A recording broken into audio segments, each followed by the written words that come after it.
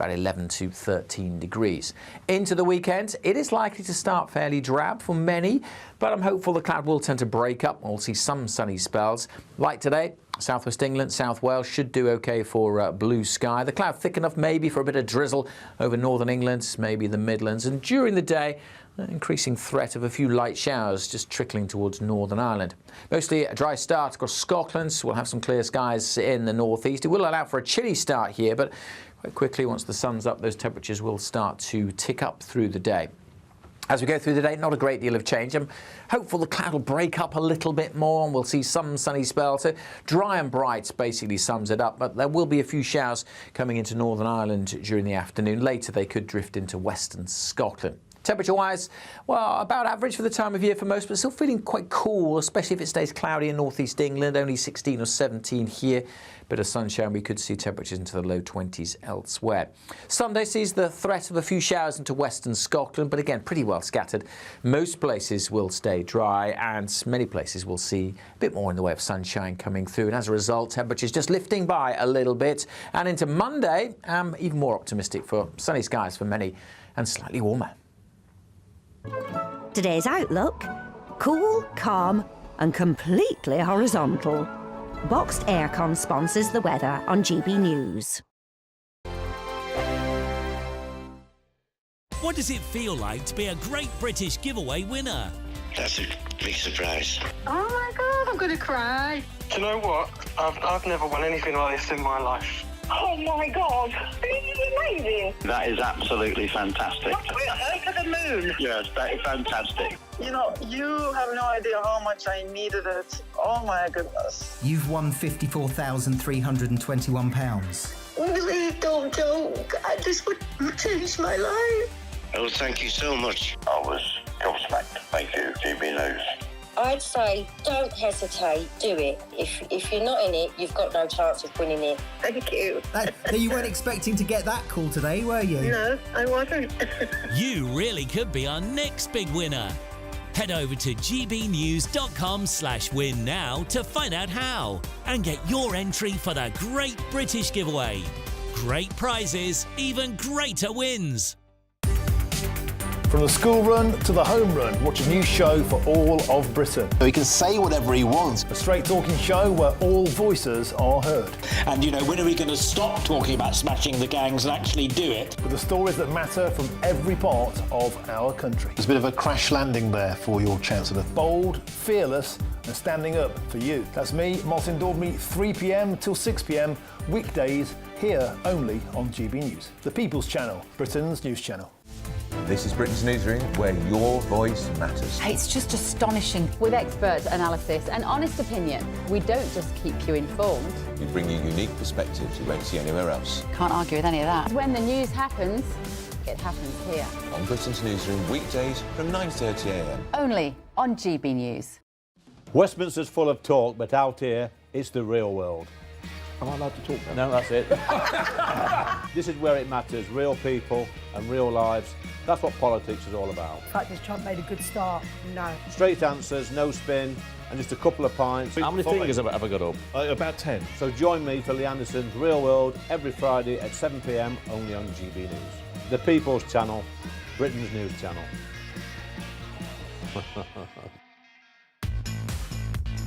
5 hosts, 5 opinions, 5 fearless debates, 5 unfiltered takes on the day's news. 5 reasons not to be anywhere else on Saturday night.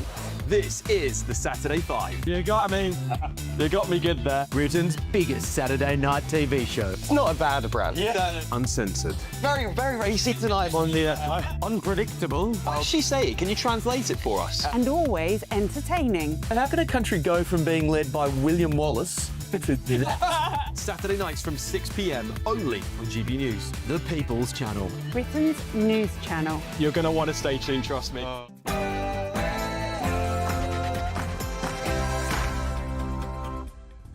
Welcome along to Patrick Christys Tonight, late edition, and a bombshell interview transcript between Ghislaine Maxwell and one of President Trump's top law enforcement officials has been released. In it, she says, Jeffrey Epstein didn't kill himself. The Duchess of York tried it on with Epstein, and she has denied that Prince Andrew slept with Virginia Giuffre because, quote, Prince Andrew had a tie on. Well, I think we'll find out a bit more about this together, won't we? He also says that Donald Trump is innocent of, I think, all things. And we will have more on that with a top US lawyer. Also, though, we've got another interview that the Daily Mail have got. How Harry's glib aside about Charles's health in BBC interview has made a reconciliation even less likely. So there you are. That's a royal exclusive for you there from the Daily Mail. Also, everyone that comes illegally will be deported. Full stop. End of story. yeah, look, this is big. So Nigel Farage and Reform have finally announced their illegal immigration policy if he gets into power. I'll give you a flavour of it. He's promised 5 deportation flights a day, which could include the use of an RAF plane, potentially the use of the Ascension Islands as well, British Overseas Territory. You're also saying he's going to leave the ECHR. I think we knew that anyway. And that nobody who ever sets foot in Britain illegally will ever be allowed out of a secure military base before being deported or back again. Also tonight... Have you been Keir Starmer's political prisoner? Absolutely. And me and several other people. Like I said, it's important to remember that it wasn't just me. Well, look, this is all over tomorrow's front pages. The Daily Telegraph, I was Starmer's political prisoner. It's Alison Pearson's fantastic hour and 15-minute long sit-down interview with Lucy Connolly, which you can watch in full online on the Telegraph's website, and I would urge you to do it. She says that she was Sir Keir Starmer's political prisoner, and I'll tell you exactly how she plans to make his life as miserable as possible. Stay tuned.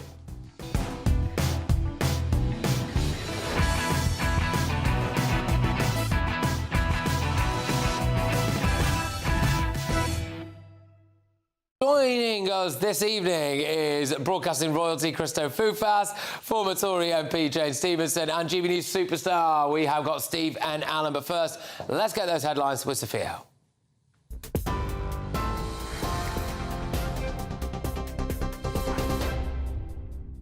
Patrick, thank you. A very good evening. It's just gone 11 o'clock. These are your latest headlines. Top story tonight, Nigel Farage has unveiled his blueprint for mass deportation of hundreds of thousands of asylum seekers who come to the UK on small boats. His plan would take Britain out of the European Convention on Human Rights and other international agreements. Reform UK's idea of emergency legislation, known as the Illegal Migration Mass Deportation Bill, would bar those who come to the UK on small boats from claiming asylum. And whilst they await their deportation, they would be held in detention centres on surplus RAF bases. He's also pledged to put on 5 deportation flights a day and will sign return deals with countries including Afghanistan and Eritrea. In an interview with The Times, the Reform UK leader said he believes this is his do-or-die moment and that there needs to be a massive turnaround as Britain goes downhill rapidly. Ghislaine Maxwell says she never saw President Donald Trump act inappropriately, according to a newly released Justice Department transcript. The convicted sex trafficker, who was an associate of Jeffrey Epstein, told Deputy Attorney General Todd Blanche in July that President Trump was, quote, always very cordial and very kind. Ms Maxwell also denied knowledge of any so-called Epstein client list and that she does not believe Epstein died by suicide. The transcript was released as the pressure mounts on the Justice Department to disclose more about its Epstein probe. Lucy Connolly has accused Sir Keir Starmer of holding her as a political prisoner, and she says it was bizarre that she had to spend more than a year behind bars. Speaking to The Telegraph, she said that she is considering legal action against the police, as she explained that she believes they were dishonest in what they released on her. A Northamptonshire police spokesperson said that they're hoping to get in contact with Ms Connolly in the coming days to understand why she's raised these issues. Of course, it wasn't my finest moment, and I definitely don't advocate violence or burning anything down or anything of the sort. To be honest, it was emotion. Does that make sense to you? I don't know what was going on. I was just so upset and so angry and just thinking to myself, when will this stop, you know? I was just anger, you know, like, and just, I wasn't thinking rationally. And some international news now. Vladimir Putin says he believes there's light at the end of the tunnel when it comes to the Russian-US relations. Speaking during a visit to a nuclear research centre, the Russian leader said that he was certain President Trump's leadership qualities would help in restoring relations from their recent lows. He added that their meeting in Alaska last week was, quote, very good, meaningful and frank. Mr Putin has said that the ball is now in the US's court and that the next steps depend on the leadership from President Donald Trump. Those are the latest GB News headlines for now. Now it's back to Patrick. Take the GB News family with you on any device. As long as you have an internet connection, tune into GB News anywhere on the planet or beyond.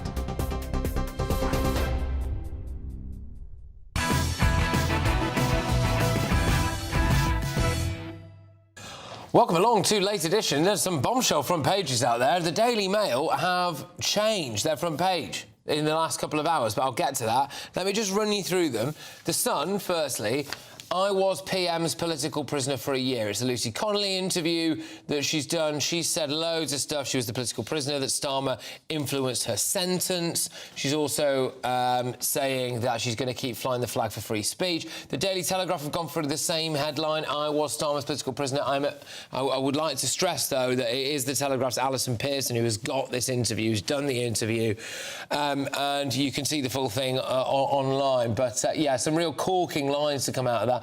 The Daily Mail. So, what you're going to see on your screens now, if we go to the Daily Mail's front page, is Ghislaine, the truth about the Duke and Epstein. So, in this article, it is Ghislaine Maxwell herself saying that she thinks Jeffrey Epstein didn't kill himself, that Prince Andrew did not have sex with that girl at the time it was, and also that Sarah Ferguson tried it on with Jeffrey Epstein. However, there was a front page that the Daily Mail originally published a couple of hours ago, which was Kemi Badenoch, fly our flag proudly. So they actually, there you go, yeah, brilliant. They changed the front page. They dropped that story at the last minute and went for Ghislaine. So they must have only just got that interview in time. So there you go. We'll get talking about that in a second. The Times go for Channel boat migrants arriving at record speed. Which again, the front page I've got of the Times is different. So I think they've also changed their front page at the last minute, because the front page I've got at the Times is Farage will pledge 5 deportation flights a day. So that is quite interesting. If the Times have changed their front page again, that shows you what's going on in newsrooms up and down the country tonight, doesn't it? Absolute carnage. But Reform leader says that a £10 billion plan will save money. So we'll talk about that shortly. The Eye, voter attitudes on migration toughen as more asylum hotels targeted. Yes, the Eye newspaper is saying that voters basically have become hardened in their views on immigration. It is now the second most important issue. It's more important than the NHS for voters. The issue that affects most people, though, still is cost of living. The Daily Express, 1.6 million children stolen by Putin's war machine. The Daily Express today highlights the devastating plight of the 1.6 million Ukrainian children stolen from their families under Russian occupation. The Mirror, stop starving Gaza's kids. They say that, there is now apparently officially a famine in Gaza. The Independent, it's undeniable. The UN says there is famine in Gaza. So I do just wonder who's getting all the food that goes into Gaza, though. But anyway, let's get the thoughts of my panel this evening. Can we start with the Nigel Farage line, because that really is the breaking news. We'll go. By the way, we're getting the Ghislaine Maxwell, so we've got a guest on that in the next section. So we wanted to do that justice to it properly. There's loads of detail in there. But let's just start. Nigel Farage's new deportations, illegal migration plan. Leave the ECHR. 5 deportation flights a day, including put the RAF on standby, plus maybe using overseas territory like the Ascension Islands, and doing a returns deal with Afghanistan and Eritrea. Jane, you're in favour of this? Yeah, it looks like pretty good common sense, actually. I think people's attitudes have changed recently. I think, it does need something comprehensive, complete. Conservatives are also putting together pretty solid plans. But, I think this will be really popular. Yeah, I mean, it is a clear-cut plan. I get that there's question marks over how it. But there's got to be, because it's so far out, isn't it? So I mean, this is the job of opposition. You've got to come up with broad themes, and then I guess you put detail on it when you get nearer to it. In theory, being in opposition is easy. He's making it look easy. It'd be nice if the Tories could make being in opposition look easy. They could be doing exactly the same stuff. They're not getting the same coverage. Although, I mean, you've just mentioned the Daily Mail. It's hilarious. Like, the only time Kemi's been on a front page for ages, and it's just been wiped off. Could have been a front page, but no, sadly, he can't even do that right. Yeah, I think that... I suspect, I could be wrong about this, but I suspect that what Nigel Farage will do is recognise that there are actually friendly, sympathetic people out there to the reform cause who are in business, who can charter aircraft and will use that to get these people out of the country. There won't be hold-ups like we had before, where it's like, oh, gosh, who are we going to get to do it? Well, I mean, I'd get a pilot's licence just for this. And I would get on that plane with you. Yeah, good. Thank you. I've always wanted to see Eritrea. It could be your chance. I wonder how feasible it is. I like the blue sky thinking. I think it's the kind of thinking that we need to try and stop this happening, because, as I said in your last show, you know, we sort of skirt around the edges. Where we're going to put people? Is it going to be in hotels? Is it going to be in HMOs? We need to actually stop people coming. That's going to stop all of this. This is going to open up, though, a lot of people saying, well, how would we take refugees who have a fair and legitimate claim? I'm not saying we should. I'm saying this is what people are going to say, and that is the criticism that this is going to come for. Because, I mean, Farage is not mincing his words. Go on. He says, he was asked, what would you do if people who were returned to Afghanistan tortured or killed? That's what happened.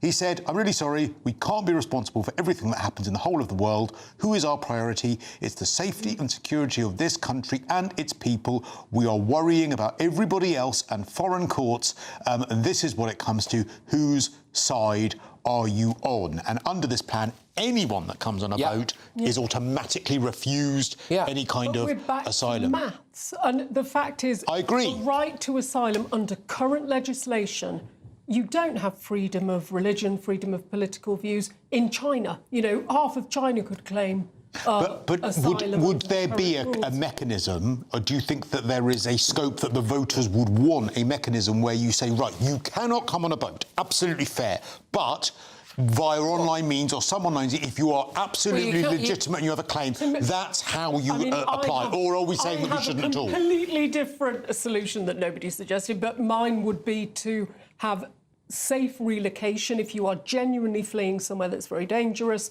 But I think it should be into an equivalent developing country. Yes. And then the West can fund economic development. You'll be somewhere safe. That's a great idea. Unless there is... We disincentivise the journey, and I think the Reform plan and the Conservative plan both do that. Well, this is the most comprehensive basket of deterrent policies so far. And I mean, why not use the Ascension Islands? Why not use one of the remote Scottish islands to? Well, but the idea of using a third-party country I think is effective if you look at what happened in Australia. But if you rebranded what you talked about, Christo, the idea of applying before you get here, you rebrand that as processed in a third country, which is what it would be. You could probably make it actually work without having to, send over $500 million just to try and refurb half of Rwanda. Yeah, these are the countries you can be processed in, if you can get there. If you enter to any other method, you will not be... You are not entertained. If you come on a boat, you are not entertained. However, if you have a very legitimate claim, a family member here or something like that, you can get to one of these sites. You can get to one of these sites, then because this would also fit in with their sort of net zero migration, and they might say, right, we need some unskilled workers, and actually we've got these number of genuine asylum claims, women and children or whatever else. Because also, let's not forget, it's not women and children making the boat journey; it's men. Like that might just give it an air of compassion that actually makes it more credible to people who wouldn't be able to stomach it. Because if we also just bring up the Eye Weekend front page, I mean, again, this is the Eye is a left-wing newspaper. They've been doing quite a lot on immigration recently, and I think now we can see why, because they've obviously got a hold of some polling which shows that this is now migration has overtaken the NHS as the second most important issue facing the country after the cost of living. 1 in 3 voters. Among 1 in 3 voters. I mean, it's big, this, really. Their attitudes towards immigration have hardened. So Keir Starmer is not doing anything to address this, though, really, is he? No, surely we'll have to. I always say when people throw around the word populism in the negative way, they're ignoring the fact that it's a game of two halves. The first thing, identifying the problems, populists do it correctly, and then they sell you snake oil about how to solve them. That first bit's what you need to pay attention to if you're in government, because these are the genuine concerns. And what I like about the thing on the front page of the Eye is that it's a bit more nuanced than the usual, I hate all migrants, I love all migrants, this odd, extreme way of viewing it. There's no way that can be the reality. Even if you love the idea of helping people through migration, numbers, rate of change, percentages, relative terms. Infrastructure. Yeah, because if you don't build it fast enough, of course, it will impact the local area. And that's why your attitudes would harden. But that was the question I always asked to people who were really pro, we should give people refuge. And I said, what is the limit? At what numerical number do you stop? And they would never answer. And all these people standing outside hotels protesting against the protests, so the people, shouting, say it loud, say it clear, refugees are welcome here. Individual people, yes, but you have to look at the bigger picture. That is the responsibility of government. There should be a set limit of the people we grant asylum to. Well, the responsibility... The first responsibility of government is to look after the citizens who are in a country already, wherever they may have come from, because also what's been happening over the last 30 or 40 years is that actually people who have immigrated here have also ended up being failed. People who've genuinely immigrated here to come and start working or whatever else, they've been failed by infrastructure not being there for them as well, and then paying their taxpayers' money. I've not sort of swallowed a load of lefty pills. All I'm saying is that that it is a nuanced conversation, and that actually you are not racist if you have a worry about the number of people who are here, your community's changing, and the lack of infrastructure that can look after you. Yeah, because bad news, they weren't lefty pills I left over there. Were they blue-coloured? You're about to have a really weird night. Sorry. I ground it up and put it in my drink. Because you fancied a stiff drink, fair enough. You set me up for it. You serve it, I'll pay them off. It's brilliant, fantastic. So look, well, you can agree with it, you can disagree with it. The fact is we now know exactly what reforms illegal immigration policy is. So that's now they're throwing down the gauntlet to the Tories, to Labour. No point throwing it out to the Lib Dems, because what's the point? This is going to send the left into a meltdown. What? That policy. 5 flights a day, all of that. It is going to send them into a meltdown. Sadly, I think the Conservatives' language now, Reform's language now, my depression is Labour are not going to do anything. It will get worse. For 4 years, we're going to have worse. And, it's really worrying. Good. If we could just bring up the new Daily Mail front page quickly, if that's all right, the one with Ghislaine Maxwell on it, because there is a story above Ghislaine Maxwell, and that is how Harry's glib aside about Charles's health in BBC interview has made reconciliation even less likely. And here he is. I would love reconciliation with my family. There's no point in continuing to fight anymore. As I said, life is precious. I don't know how much longer my father has. He won't speak to me because of this security stuff. But it would be nice to reconcile. Thick as mince, isn't it? Anyway. Don't be nasty to mince. OK. I just think maybe, Harry, the security stuff isn't the only reason why he does not talking to you. Anyway, coming up, I've got news of an incredible interview with Jeffrey Epstein's ex-girlfriend. Ghislaine Maxwell has said that Prince Andrew didn't sleep with Virginia Giuffre because... reveal all. And she also says that Donald Trump is innocent of anything. She's got loads of. She says that Sarah Ferguson came on to Jeffrey Epstein. It's really explosive stuff, this, and it's on the front of the Daily Mail. We'll have it next.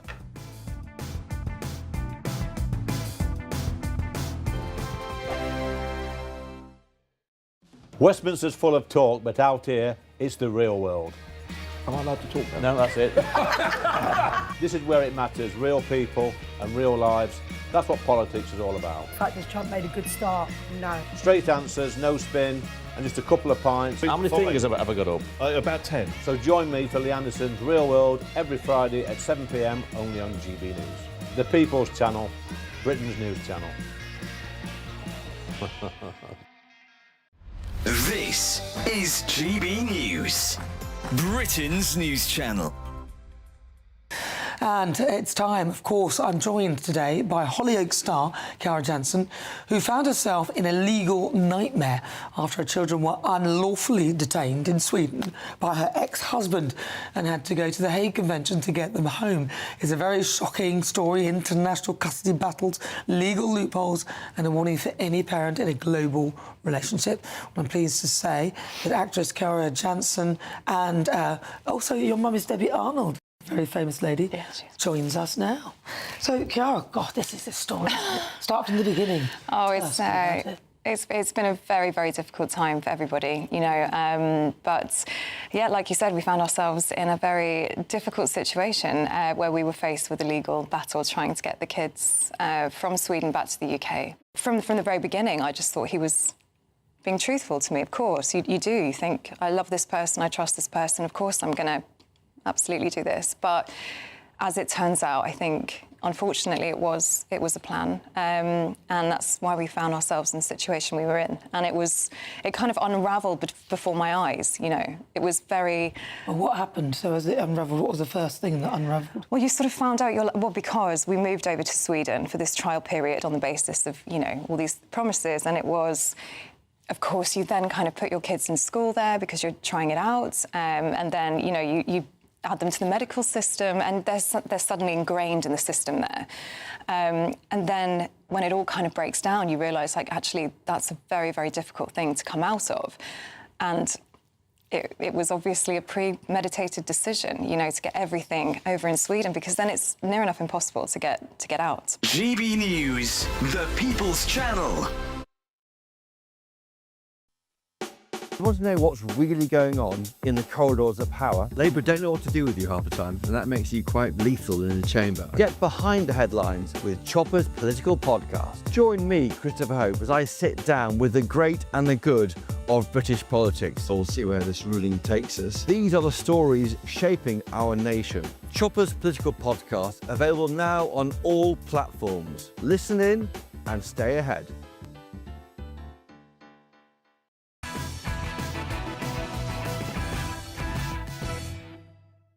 OK, welcome back to Late Edition. Well, lots going on in the front of the Daily Mail. We have got Ghislaine Maxwell. It's a bombshell interview. I know the word bombshell gets overused, but it really is. It's the interview with US law chief that's finally been released. And in it, she says that former President Clinton never came to Epstein Island, that apparently Prince Andrew definitely did not sleep with Virginia Giuffre. She also claims that Sarah Ferguson tried it on with Jeffrey Epstein as well. She also says there is no list. She also says that President Trump has been is innocent of absolutely anything. I mean, it's all really quite fascinating stuff, isn't it, really, all of this stuff? I mean, it is absolutely bonkers. Yeah, so Jeffrey Epstein also didn't kill himself, is the other thing that she said. Again, I'll just emphasise, she says that the Duchess of York tried it on with Epstein, that Prince Andrew did not sleep with Virginia Giuffre as well. Well, I'm very pleased to be joined now by US lawyer Carol Kilgore. Carol, thank you very much for joining us. Thanks, Patrick. This is pretty sensational. What do you make of it? Well, I mean, obviously, we don't know if she's telling the truth. It could be a bit of gossip. She could have an axe to grind against Sarah Ferguson or other members of the royal family. But the backstory of this, between the DOJ, which is the Justice Department, and the FBI, which is American version of the Secret Service, is actually quite interesting, and it's historical, because there's a historical tension between prosecutorial and investigative bodies of the U.S. branch.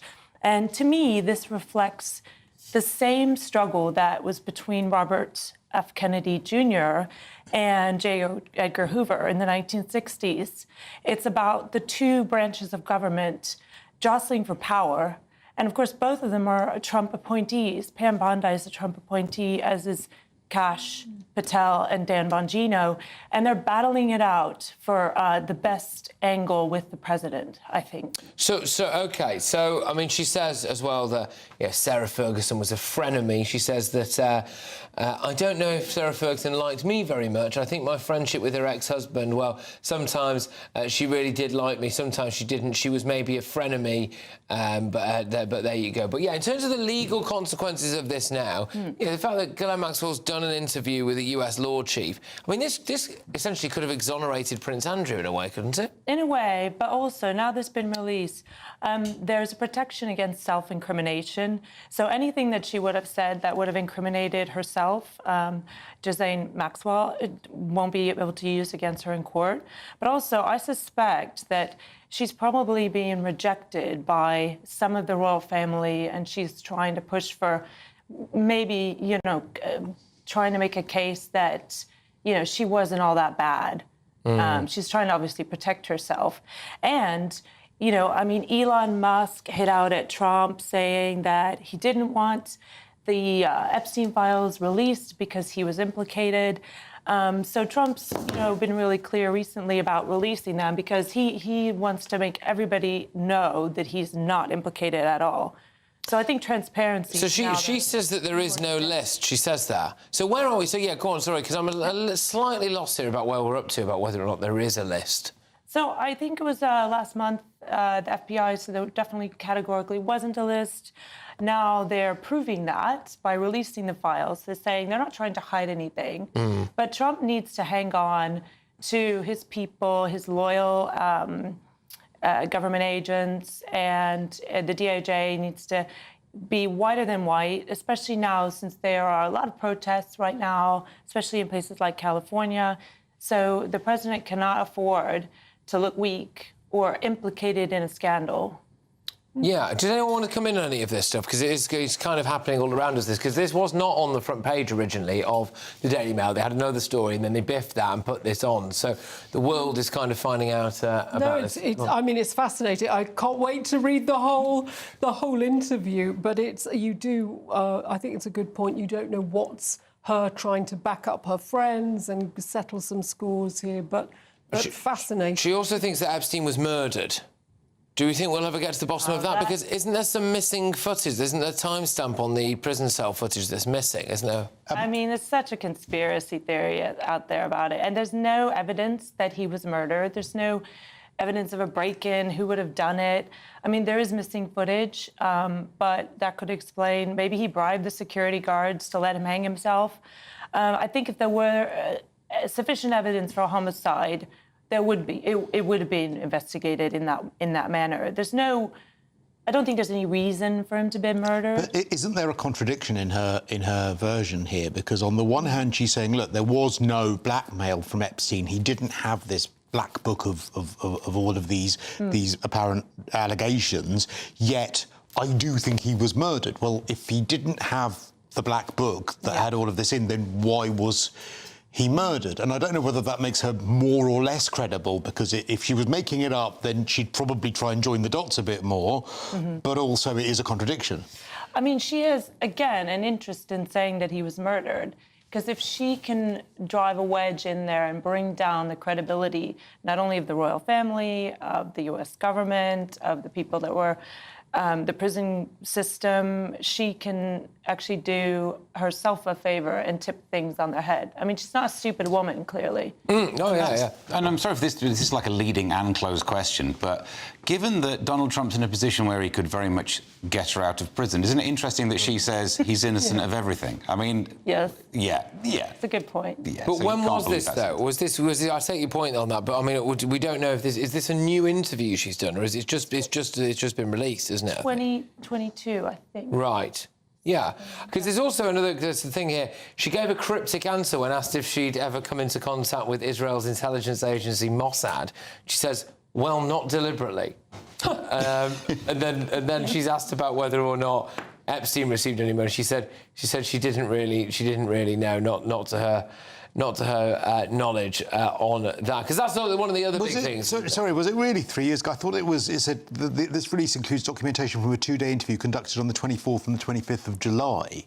Oh, of last month. Oh, so it might be. So it might be last month. Yeah. So going back to your point, then it does sound. You know, the Department of Justice has released this transcript conducted by Todd Blanche, Deputy Attorney General. It doesn't say that it was a few years ago. So it might be that what you're saying does have some credibility. That suddenly she's saying. Yeah, if I were in that situation, I'd be blowing some smoke near his general direction as well, because he could get around. But he's not going to pardon her. I thought there was some initial interview from 3 years ago. Oh, maybe that was a part of it as well. Yeah, as well. Yes, even without the pardoning, as well. she's been moved to a nicer prison as well. That happened, didn't it? She's been moved to prison? Yeah. So there's already some. She might not be fully pardoned. Yeah, it includes documentation from this 2-day interview from 24th and 25th. So you're right. It depends on whether that Trump stuff, from what timeline that's from. I'm sort of like catching it's up with interesting, it. actually, in a way that if you were to completely believe everything that Ghislaine Maxwell says, Sarah Ferguson emerges worse than Prince Andrew. Yeah. Which is quite something, isn't it? Really. So, what will the upshot of all of this be then? In your mind, in America now, what are they saying in this stage? These are some of the Epstein files that are being released. I think one of the interesting things about this is the way that it reflects the prevalence of social media and memes and gossip being spread across online internet forums. I would imagine there's probably tons of Reddit forums about this, and Twitter is probably buzzing, because kind of just if you compare again to the 1960s, when it was the power struggles within the US government, and they would use mafiosos as pawns in their games. This is, magnified by the fact that we all get a piece of the action. We can all read about it. We can all weigh in, give our opinions online. And Ghislaine Maxwell, I think she knows how to say the right sound bites that will grab people's attention on social media. Yeah. There's, I'm just trying to read through here quite quickly. I mean, this is all literally coming out pretty much like minute by minute, because journalists are sifting through the transcripts that have just emerged and then doing live things. Apparently, she's also tried to pour cold water on the idea that he had a really high sex drive, which, of course, is one of the allegations, and that sex drive also specifically involved kids. She's saying that he had such a bad heart condition that he would very, very, very rarely ever try to have sex with her. However, the flip side to that is, if he liked kids, that might be why he didn't want to have sex with her. This is part of a leaked audio thing that's coming out. I mean, he was clearly a very disturbed individual, whatever you make of it. I mean, apparently he was a school teacher. He started his career, as a school teacher, and one can only imagine that's because he wanted to be around kids. Yeah. And then suddenly he had all these famous, influential, rich friends. One does wonder how this kind of person who just was, I think he was a maths teacher, just suddenly all of a sudden is connected to all the glitterati of New York society and Palm Beach as well. He didn't come from money. Unlike Ghislaine, they developed this friendship. Clearly, it was a transactional, mutually beneficial friendship of some kind. Yeah. Well, the BBC are reporting it as if most of this has come from last month's interview. Right. That's how they sort of framed it, and this is where she says Trump wasn't in any inappropriate setting. Trump and Epstein seemed friendly, but never in private settings with each other. Also, she says Bill Clinton was my friend, not Epstein's friend. So she's sort of clearing the decks on everyone, saying, look, all of these powerful figures, none of them were involved. She wasn't aware of the client list, as you've alluded to, but also that she didn't believe that he died by suicide in prison. So it is very much in her interest, as you've said, that if this was last month, it is a kind of a laundry list of all the things that would help her. The only thing with it, though, is that if none of the stuff is true, then why would anyone have murdered him? Well, what would the need have been to have killed this guy if nothing was true? It just seems a little bit odd. But yeah, I mean, just to tell you why we're maybe a slightly confused segment here, is just that this is literally all coming out now. Congress has been handed thousands of pages of documents. in the United States. There are several thousand pages that have been released now, along with audio tapes. So this is going to rumble on. So if you're watching this on the repeat in the morning, by the time breakfast comes on in around half an hour's time, they will have a lot more information than we have now. So I suspect that they might be leading on this. So there we go. Well, can I just say thank you very much? It's been a pleasure to have you and helping us kind of pick through the noise here. That's US lawyer Carol Kilgore there. Well, we've got loads more coming your way. Prince Harry's been charming up again. And got himself in hot water. We haven't even touched on Lucy Connolly yet this hour as well. She's on 2 front pages. She is saying that she was Sir Keir Starmer's political prisoner as well. Apparently there is a sickening story of a 13-year-old autistic boy who was beaten up whilst people filmed it. That's also in one of tomorrow's or Saturday's newspaper front pages. So look, stay tuned.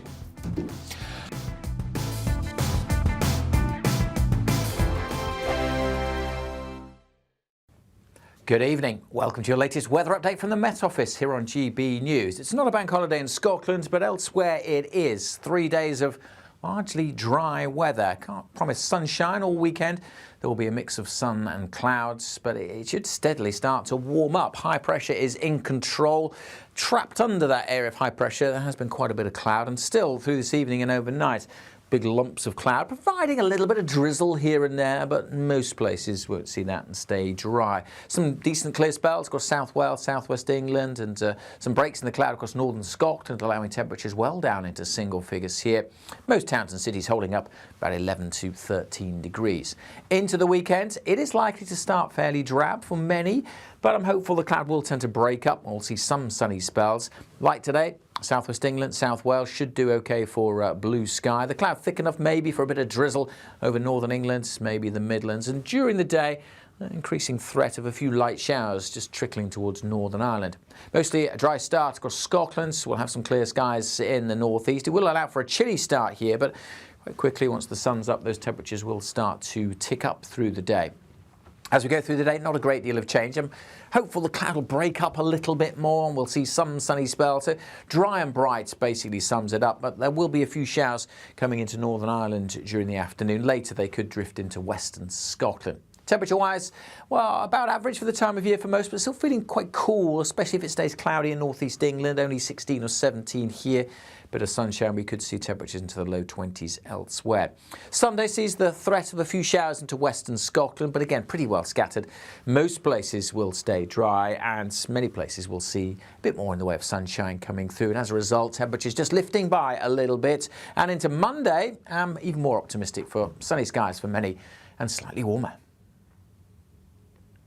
Good Afternoon Britain isn't just about us. The wonderful thing about this programme is it's about everyone watching. It's an interactive programme. Well, there absolutely is something to see here, and we're going to be talking about it more. Whether it's breaking royal news, please bring us up to date, or indeed a particularly punchy speech in the House of Commons. Very, very curious. We bring it to you live, and then we bring you live reaction as well. That's Good Afternoon Britain, weekdays from midday. Only on GB News, the People's Channel, Britain's news channel.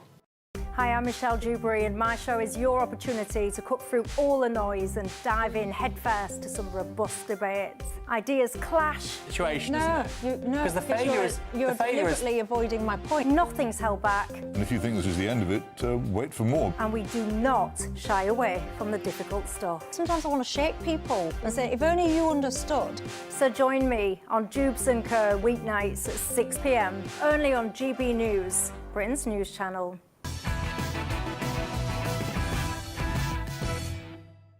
Welcome back.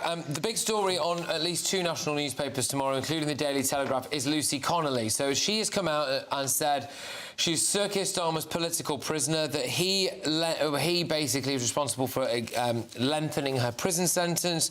She says that free speech is under threat in Britain. She might even meet with someone from the Trump administration to discuss free speech.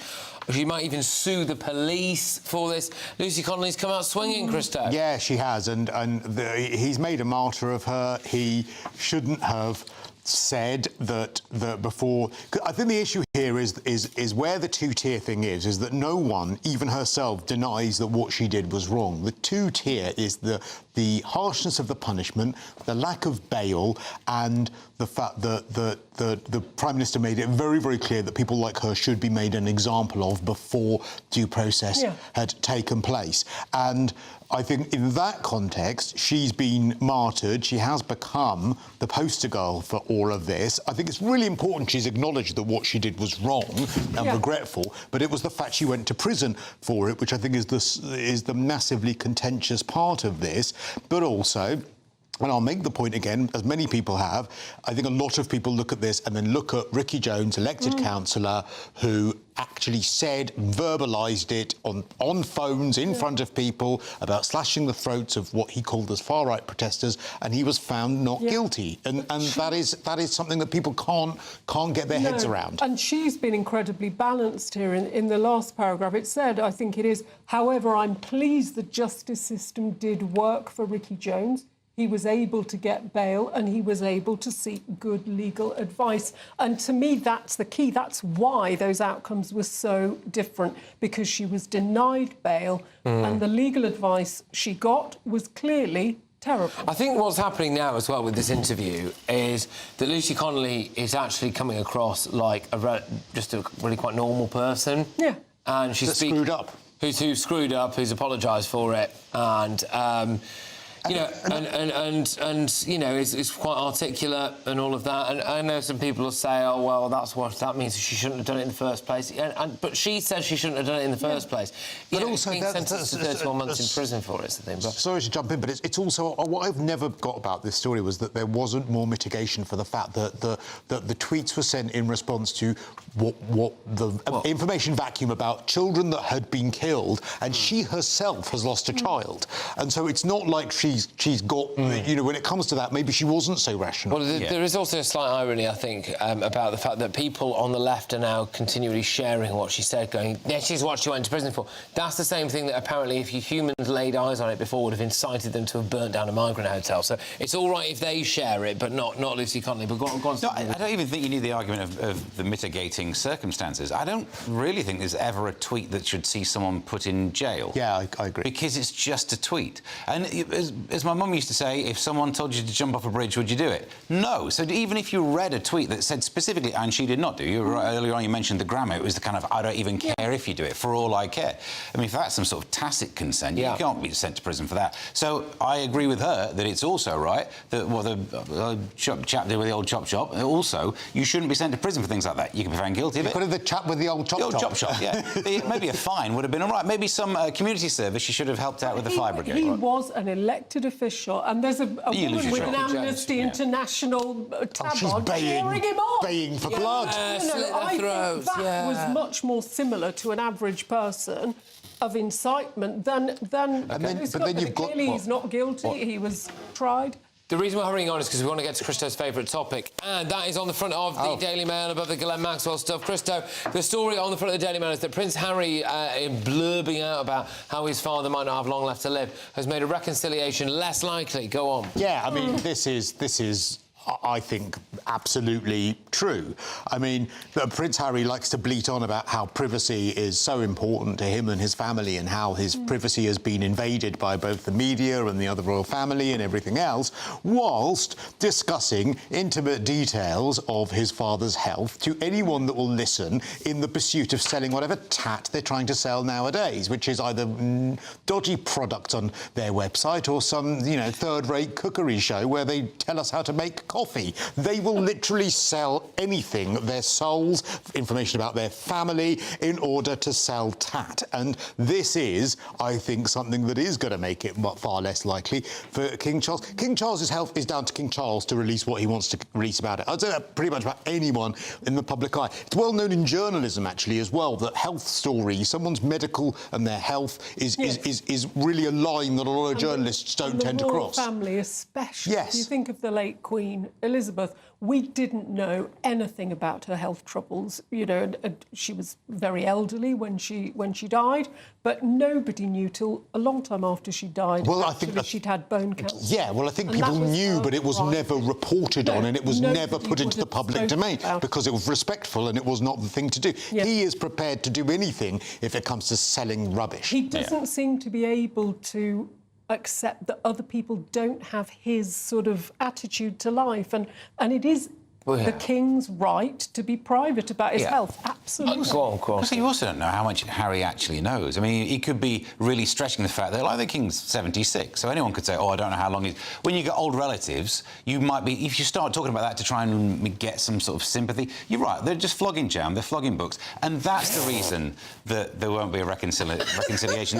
That badly phrased turn in the interview isn't the thing. It's the fact that if the King picks up the phone and calls his son, it'll be in the next book. Yeah, absolutely. And then they'll try and sell jam. You're right, off the back of it. You just can't have it. Seriously, you just can't have it. The idea that if you have a conversation with someone and that conversation might end up in the press, you wouldn't keep talking to them. Yeah. No. You just wouldn't, would you? Like, honestly. Like, and you know, he opened Spare. I've read Spare from cover to cover. I did say before, bludgeoning myself. Did you listen to the audiobook? I have listened to parts of the audiobook. I couldn't do both, listening to him saying it after having read it. But also, he opens it with, you know, the meeting that they had after Prince Philip's funeral, where they tried to reconcile, which is a really private meeting. He gives details about when he went into the late Queen's bedroom and, you know, saw her lying in sick, all this sort of stuff. Dead? Yes. Oh, my God. He just doesn't understand that sort of privacy. He's thick. He's as thick as two short facts. I do find it really sad. Can you imagine if someone seriously, like, I don't know, have you got brothers or sisters? Yeah, I've got a sister. Yeah. Can you imagine if one day, like, she released a book about, like, just something like the most... I would love to read it. Could you imagine? Trying to make my life sound interesting. Yeah, but that's the difference is I don't have anything worth hiding or selling or of any, like, status.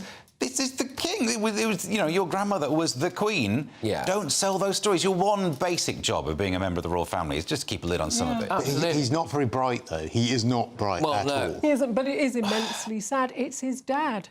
Yeah, it is. However, one thing I will say is that I do wonder whether or not there is a little bit of a theme running around certain royal or former royal quarters at the moment, which is the idea that they're a lot more intelligent than they actually are, and then they have these views about certain things, don't they? Whether it's about the environment, whether it's about irregular migration or about diversity, and you think, well, hang on a minute, you have any idea what it is you're actually talking about? Coming up, if you're a man, find out how you can guarantee yourself a happy retirement. Good job already like that, and not Danny Dyer, isn't it? Coming up, if you're a man, yeah, find out how you can guarantee yourself a happy retirement. Patrick Christys Tonight Late Edition.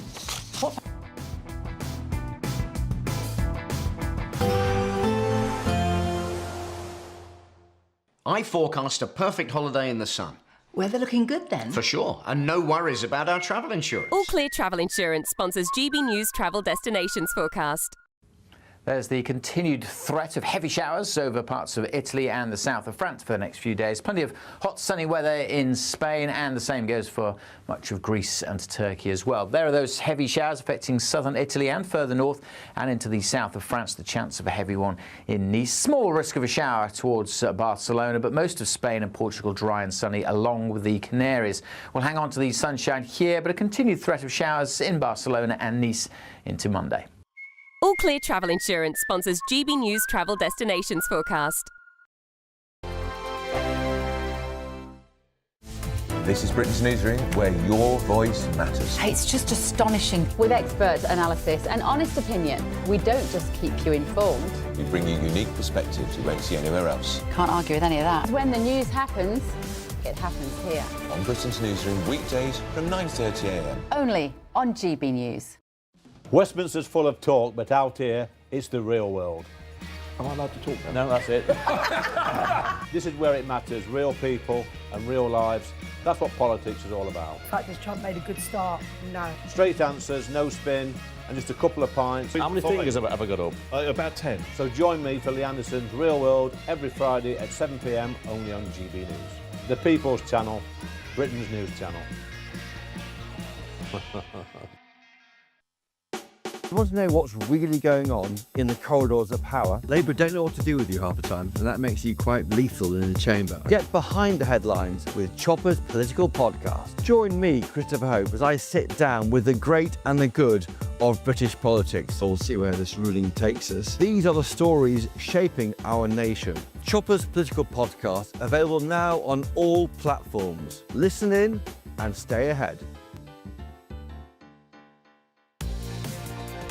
Mornings don't have to be tiresome, especially if you have the right company.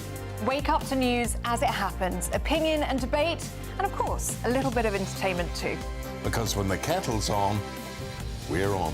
That's Breakfast on GB News, a show worth waking up for. Every morning from 6 a.m. Only on the People's Channel, Britain's news channel. We'll spread the news, you spread the word. Hi, I'm Michelle Dewberry, and my show is your opportunity to cut through all the noise and dive in headfirst to some robust debates. Ideas clash. Situation, No, isn't it? no, Because the failure is you're deliberately avoiding my point. Nothing's held back, And if you think this is the end of it, wait for more. and we do not shy away from the difficult stuff. Sometimes I want to shake people and say, if only you understood. So join me on Jubes & Co. weeknights at 6 p.m, only on GB News, Britain's news channel. Westminster, the ultimate clique. And you're fighting like rats in a sack. But here on the Camilla Tominey Show, we ask the questions the establishment media is too scared to ask. OK, let me ask you a straight question, because I know you're a straight-talking politician. Whether it's net zero, illegal immigration or law and order, nothing is off limits. You had the power then.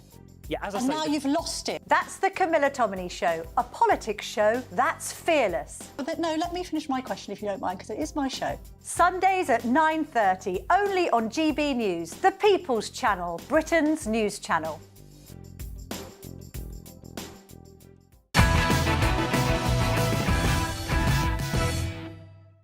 Welcome back to Patrick Christys tonight. I thought I would give you a flavour of one of the stories that's inside Saturday's Times, and it's this.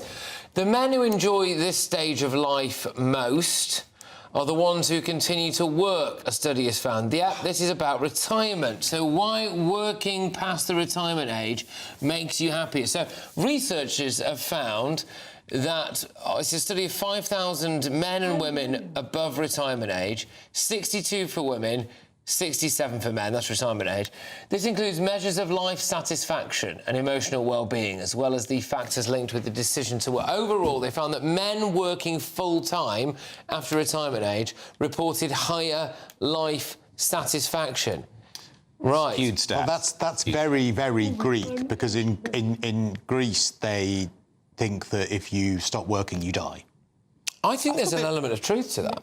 There's two parts of this that's skewed stats. One is you're surveying people who, beyond retirement age, probably choose to work, and therefore, if you like your job, you like your job. Yeah. For the rest of us, below retirement age, not that I don't like my job, but in general, some people might have a job that they can't wait to quit. And this gets in the newspaper saying, no, keep doing it, you'll be happy. No, there's a sorry tale here about the wives. Well, you've stopped scrolling and it says retirement-aged women only reported if they're in high-status work page.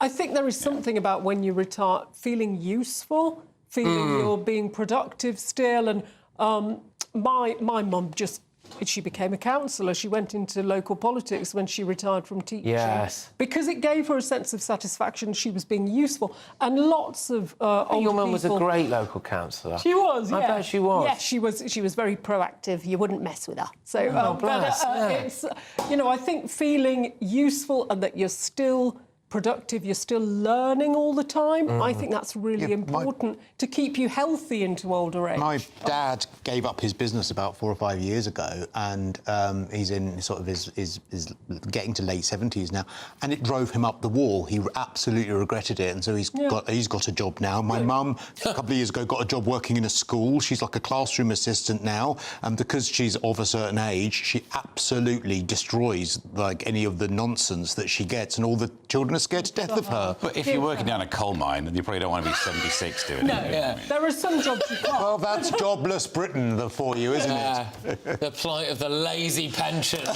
Yeah. But No, if you not think at of all that knowledge that you've accumulated when you retire, I think we should be... We live for a lot longer than we did when the pension came in, and I think being productive, being active is what keeps us all happy and longer. I agree with this. Good stuff. OK, well, look, I'll just give you a very quick flavour of tomorrow's papers. Lucy Connolly's on the front of 2 of them. The idea that there is a famine in Gaza is on the front of 2 as well. And Nigel Farage has unveiled his immigration plans. That's on the front of 1, and as you're looking at on your screens as well. A bombshell interview with Ghislaine Maxwell. Thank you to our wonderful panel. Thank you to everybody at home. I hope you have a lovely weekend, everybody. Take care. Bye-bye. Expect warm spells with the odd rude interruption. Boxed Boilers sponsors the weather on GB News. Good evening. Welcome to your latest weather update from the Met Office here on GB News. It's not a bank holiday in Scotland, but elsewhere it is. 3 days of largely dry weather. Can't promise sunshine all weekend. There will be a mix of sun and clouds, but it should steadily start to warm up. High pressure is in control. Trapped under that area of high pressure, there has been quite a bit of cloud, and still through this evening and overnight, big lumps of cloud, providing a little bit of drizzle here and there, but most places won't see that and stay dry. Some decent clear spells across South Wales, Southwest England, and some breaks in the cloud across northern Scotland, allowing temperatures well down into single figures here. Most towns and cities holding up about 11 to 13 degrees. Into the weekend, it is likely to start fairly drab for many, but I'm hopeful the cloud will tend to break up. We'll see some sunny spells. Like today, Southwest England, South Wales should do OK for blue sky. The cloud thick enough maybe for a bit of drizzle over northern England, maybe the Midlands. And during the day, increasing threat of a few light showers just trickling towards Northern Ireland. Mostly a dry start across Scotland. So we'll have some clear skies in the northeast. It will allow for a chilly start here, but quite quickly, once the sun's up, those temperatures will start to tick up through the day. As we go through the day, not a great deal of change. I'm hopeful the cloud will break up a little bit more and we'll see some sunny spells. So dry and bright basically sums it up, but there will be a few showers coming into Northern Ireland during the afternoon. Later, they could drift into western Scotland. Temperature-wise, well, about average for the time of year for most, but still feeling quite cool, especially if it stays cloudy in northeast England, only 16 or 17 here.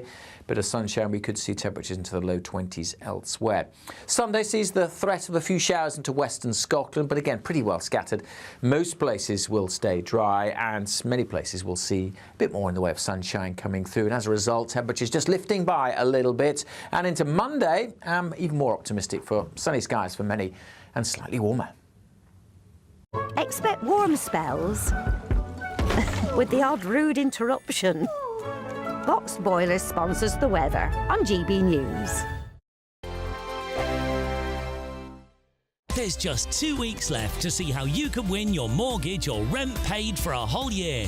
That's a cash lump sum equivalent to 12 of your monthly mortgage or rent payments, right up to a whopping £20,000. Plus, we'll add an extra £5,000 on top for good measure. Make sure you don't miss out as lines close on the 29th of August. For another chance to win, text WIN to 63225. One entry costs £2.50 plus one standard network rate message, or text BONUS to 63225. 5 entries cost £5 plus one standard network rate message. Go to gbnews.com/win.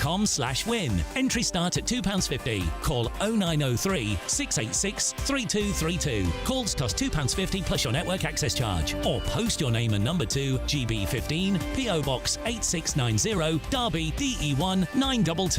UK only. Entrance must be 18 or over. Lines close at 4 p.m. on the 29th of August. Please check the closing time if listening or watching on demand. Good luck. Westminster's full of talk, but out here, it's the real world. Am I allowed to talk then? No, that's it. This is where it matters. Real people and real lives. That's what politics is all about. The fact is Trump made a good start.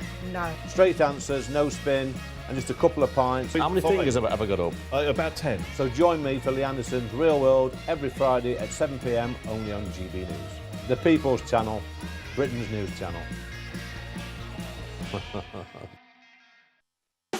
You want to know what's really going on in the corridors of power? Labour don't know what to do with you half the time, and that makes you quite lethal in the chamber. Get behind the headlines with Chopper's political podcast. Join me, Christopher Hope, as I sit down with the great and the good of British politics. We'll see where this ruling takes us. These are the stories shaping our nation. Chopper's political podcast, available now on all platforms. Listen in and stay ahead.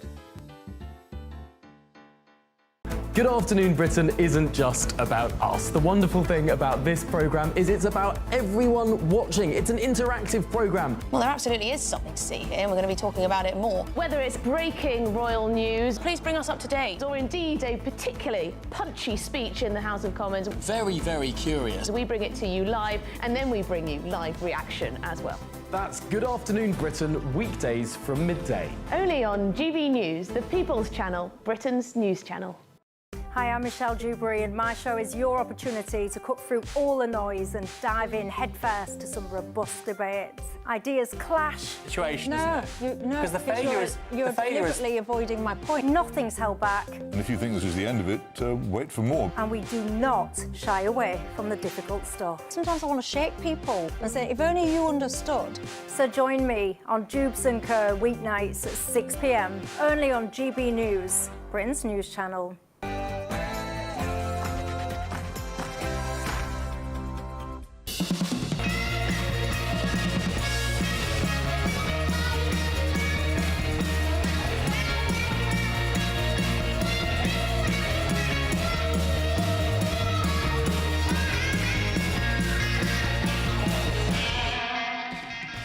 Welcome to Lee Anderson's Real World. Tonight on the show we have political commentator Chloe Dobbs. She'll be going head to head with GB News' senior political commentator Nigel Nelson. We've also got criminal solicitor Marcus Johnson and retired top cop Leroy Logan. But first, let's go to the news.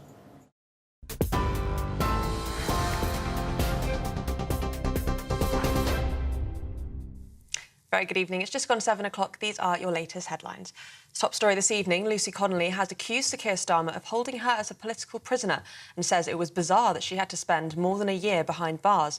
Speaking to The Telegraph, she said that she is considering legal action against the police following her release from prison for stirring up racial hatred against asylum seekers online. She explained that she does believe that they were dishonest in what they released and that she will be holding them to account. Ms Connolly was handed a 31-month sentence but left HMP Peterborough yesterday morning after being released on licence.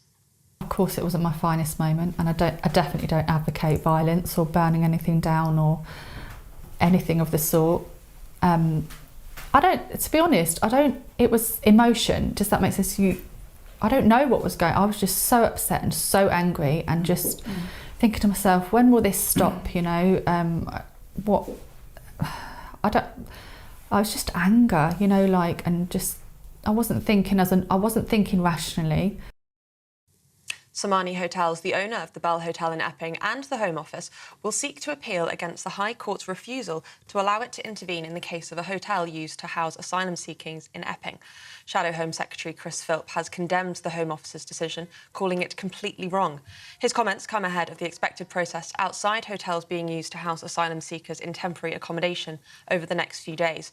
New figures reveal that more than 32,000 asylum seekers are currently living in hotels, an 8% increase since Labour's first year in power. And Benjamin Netanyahu says the IPC have ignored recent humanitarian steps made by Israel in Gaza amid their declaration of a famine in Gaza City. The UN-backed food security body warns that more than 500,000 people face starvation, destitution and death under catastrophic conditions. The Israeli Prime Minister says their report is an outright lie, and he insists that Israel has a policy of preventing starvation. This comes as Mr Netanyahu confirms that Israel will resume negotiations with the terror group Hamas for the release of all hostages captured during the October 7th attacks, but its military will also continue its Gaza City offensive despite international outcry. Those are your latest GB News headlines for now. More from me in an hour. For all the latest from GB News whilst you're on the go, get the GB News app. Scan the QR code now to download or visit gbnews.com/app.